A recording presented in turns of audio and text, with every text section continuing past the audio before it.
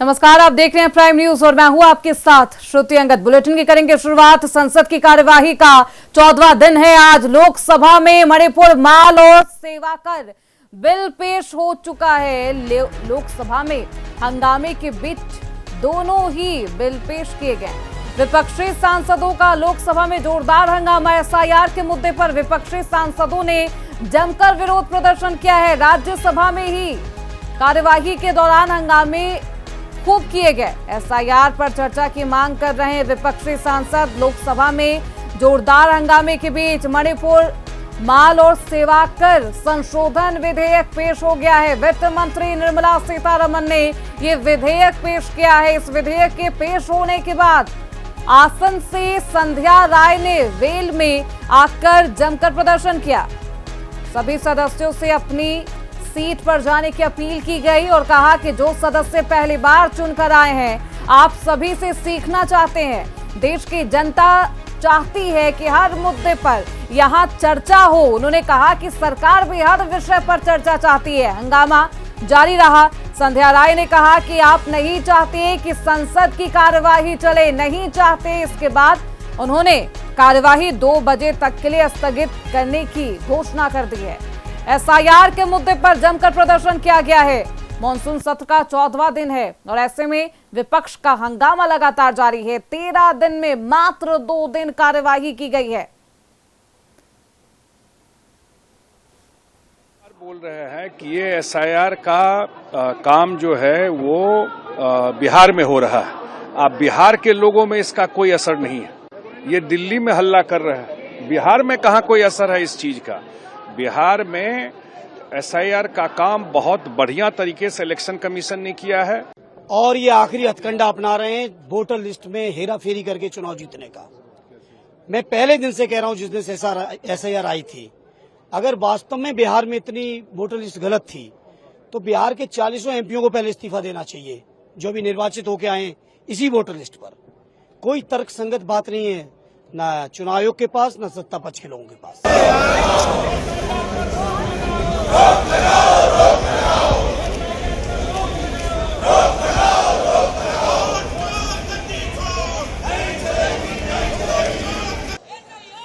हमारी सहयोगी शालू चौहान इस खबर पर ज्यादा जानकारी के साथ जुड़ चुकी है।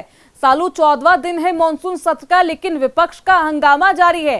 क्या कुछ विपक्ष की मांग है और क्या कुछ सरकार के द्वारा, सत्ताधारी पार्टी के द्वारा कहा जा रहा है? हाँ जी बताइए। जी बिल्कुल, आपको बता दें जिस तरीके से जब से लोकसभा और राज्यसभा के मानसून की कार्रवाई शुरू हुई थी, तब से ही लगातार विपक्ष की तरफ से जो संसद का मकर द्वार है उस पर हंगामा देखने को मिला था और लगातार विपक्ष सरकार पर सवाल करती नजर आ रही थी। पहले ऑपरेशन सिंदूर पर, उसके बाद जब ऑपरेशन सिंदूर पर चर्चा चली, बिहार में चल रहे एसआईआर के मुद्दे पर लगातार विपक्ष सरकार को घेरती हुई नजर आई और सरकार को लगातार विपक्ष एसआईआर के मुद्दे को लेकर के जो लोकसभा जो मकर द्वार है संसद का, उस पर हर रोज हंगामा होता है, जिसके चलते सदन की जो कार्रवाई है वो स्थगित करनी पड़ती है, क्योंकि सदन की कार्रवाई सुचारू रूप से नहीं चल पाती है। तमाम इस तरीके के मुद्दे जो है, जो विपक्ष की तरफ से सरकार से सवाल किए जाते हैं, लेकिन विपक्ष जो है लगातार ये कह रहा है कि सरकार की तरफ।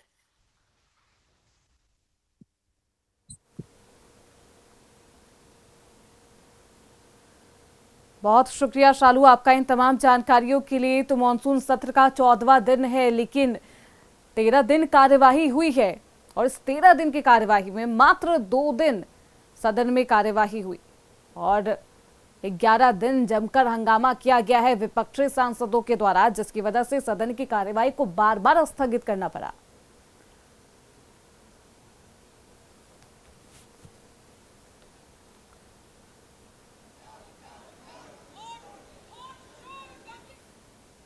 खबरों बढ़ते आगे। इंडिया गठबंधन की अहम बैठक है आज शाम राहुल गांधी के आवास पर बैठक होगी। एसआईआर और उपराष्ट्रपति चुनाव पर चर्चा होनी है। उद्धव, तेजस्वी समेत कई दिग्गज नेता इस बैठक में शामिल होंगे। दिल्ली में आज गुरुवार को इंडिया गठबंधन के प्रमुख नेताओं की बैठक होनी है। लोकसभा में नेता प्रतिपक्ष राहुल गांधी ने ये बैठक बुलाई है। उन्होंने उद्धव ठाकरे से फोन पर चर्चा करते हुए बैठक का न्योता भी दिया है। उनके न्योते पर उद्धव ठाकरे बैठक में उपस्थित रहेंगे। इस बैठक में इंडिया गठबंधन की अगली रणनीति तय होनी है और ऐसा माना जा रहा है कि बिहार विधानसभा चुनाव के लिए बैठक बेहद अहम है। मतदाता पुनरीक्षण, टैरिफ जैसे प्रमुख मुद्दे इस बैठक में उठने की संभावना है। आज विपक्ष इंडिया गठबंधन की बैठक में एकजुट होकर देश के गंभीर मुद्दों पर चर्चा करेगा। देश में गरीबी, भुखमरी, शिक्षा, स्वास्थ्य, बेरोजगारी, महंगाई जैसे तमाम जनहित के मुद्दों पर केंद्र सरकार को घेरने की रणनीति बनाई जाएगी, जिस पर चर्चा होनी है। साथ ही महाराष्ट्र के स्थानीय निकाय चुनावों के मुद्दे पर सरकार और चुनाव आयोग की भूमिका पर भी चर्चा होगी। विपक्ष लगातार सरकार से सवाल करते हुए आया कि मानसून सत्र के बीच ये बैठक अहम मानी जा रही है, क्योंकि मानसून सत्र है और ऐसे में विपक्ष के हंगामे की वजह से कई बार इस सत्र को, इस सदन की कार्यवाही को स्थगित भी करना पड़ा। लेकिन इंडिया गठबंधन इस बैठक के जरिए ये भी साबित करने की कोशिश करेगा कि सभी एकजुट हैं, सभी जो दल है उनमें अभी भी विश्वास है कि गठबंधन का भविष्य और भी मजबूत होने वाला है। ये बेहद अहम बैठक मानी जा रही है। इंडिया गठबंधन की बैठक होनी है शाम में, राहुल गांधी के आवास पर यह बैठक होगी। खबरों बढ़ते आगे। सीएम योगी आदित्यनाथ के बयान पर अखिलेश यादव का पलटवार। बीजेपी के लिए गफ और गधा होता है, अखिलेश यादव ने यह बयान दिया है। सीएम योगी ने सपा को लेकर बयान दिया था। सपा को पीडीए पाठशाला पर मुख्यमंत्री योगी आदित्यनाथ ने घेरा था। सपा नेताओं की बुद्धि गधे जैसी हो गई है।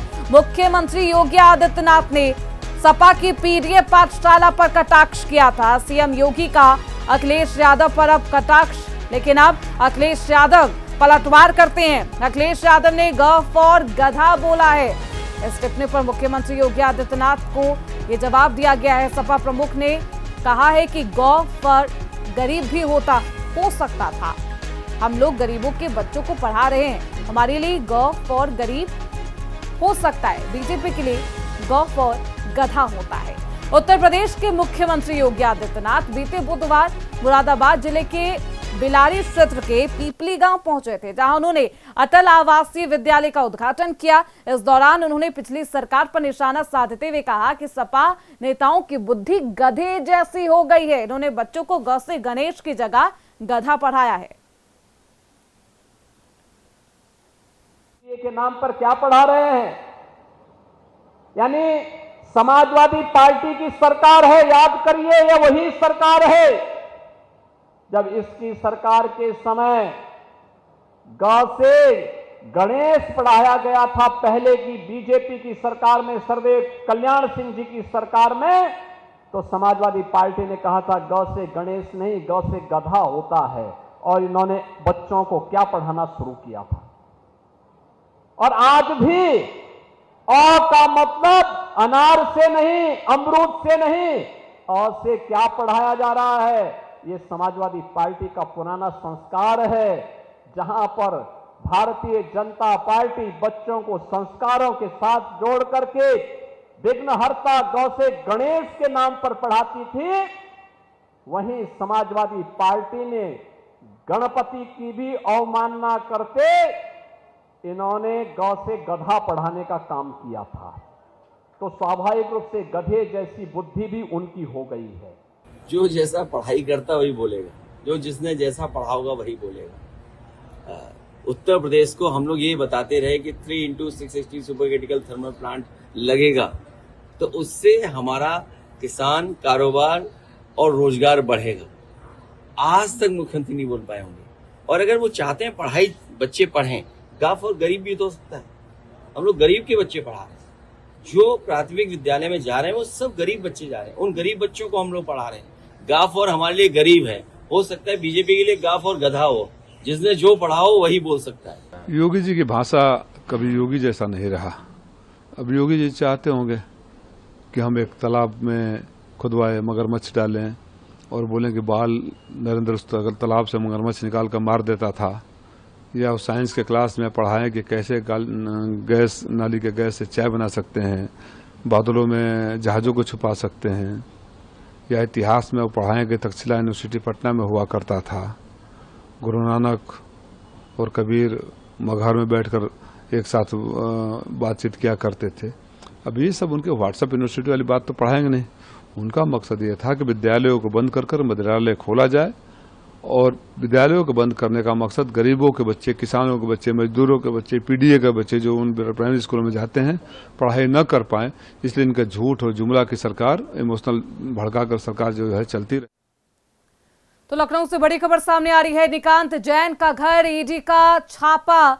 दलाल निकांत जैन के 3 ठिकानों पर रेड मारी गई है। 4 करोड़ की धोखाधड़ी का ये पूरा आरोप है। सौरभ सेठ के घर पर भी ईडी की टीम पहुंची है। सौरभ का साथी दलाल निकांत जैन कार्रवाई के दौरान सुरक्षा कर्मी घर में तैनात है। खबर लखनऊ से है जो आपको बता रहे हैं, जहां ईडी की टीम ने आज सुबह निकांत जैन के करीबी सौरभ सेठ के घर पर छापा मारा है।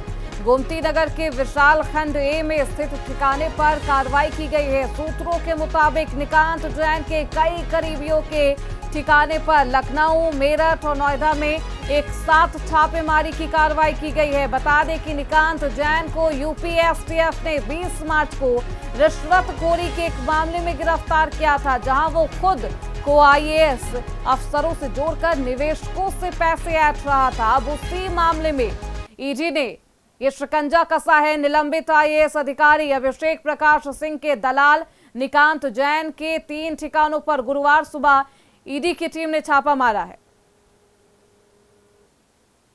लखनऊ में आज ईडी निकांत जैन के जो करीबी हैं, उन करीबियों के घर सुबह से ईडी छापेमारी कर रही है। लखनऊ, नोएडा, मेरठ 3 जिले ऐसे हैं जहां पर निकांत जैन के जो करीबी हैं उनके घर ये छापेमारी चल रही है। ये लखनऊ का विशाल खंड है। विशाल खंड 2/245 दुर्गा बाल भवन है, और इसी में सुबह 6 बजे से ईडी के जो अधिकारी हैं वो अधिकारी सुबह 6 बजे से छापेमारी कर रहे हैं, कई दस्तावेज खंगाल रहे हैं। हालांकि निकांत जैन पर भ्रष्टाचार का आरोप था। निकांत जैन अभिषेक प्रकाश जो लखनऊ के डीएम रहे, उनके बाकायदा करीबी बताए जाते हैं, और एक बड़ा भ्रष्टाचार जो राजधानी लखनऊ में देखा गया था, उस भ्रष्टाचार में अभिषेक प्रकाश को निलंबित कर दिया गया था। वहीं निकांत जैन की अगर बात की जाए तो उसको एसटीएफ ने गिरफ्तार किया था और लखनऊ के गोमती नगर थाने में एफआईआर दर्ज की गई थी। अगर देखा जाए तो कोर्ट से राहत जरूर मिली थी, बेल मिली थी, लेकिन निकांत जैन के ऊपर बैंक से धोखाधड़ी करने के मामले में हजरतगंज कोतवाली में एक एफआईआर और दर्ज कराई गई थी, जिस पर कोर्ट ने कड़ा रुख अपनाया था। हालांकि अभी निकांत जैन जेल में है, लेकिन जो उनके करीबी हैं, चाहे वो लखनऊ में हो, नोएडा में हो या मेरठ में हो, उन करीबियों के घर सुबह से ही ईडी छापेमारी कर रही है। हालांकि अब देखना यही होगा कि जो ईडी के जो अधिकारी अंदर हैं वो किस तरीके से निकांत जैन के जो करीबी हैं, जो दस्तावेज खंगाल लें, उसमें क्या कुछ मिलता है। लखनऊ से आशीष कुमार वर्मा, प्राइम न्यूज़। तो फिलहाल इसी के साथ इस बुलेटिन में बस इतना ही। खबरों का सिलसिला लगातार जारी है, देखते रहिए प्राइम न्यूज़।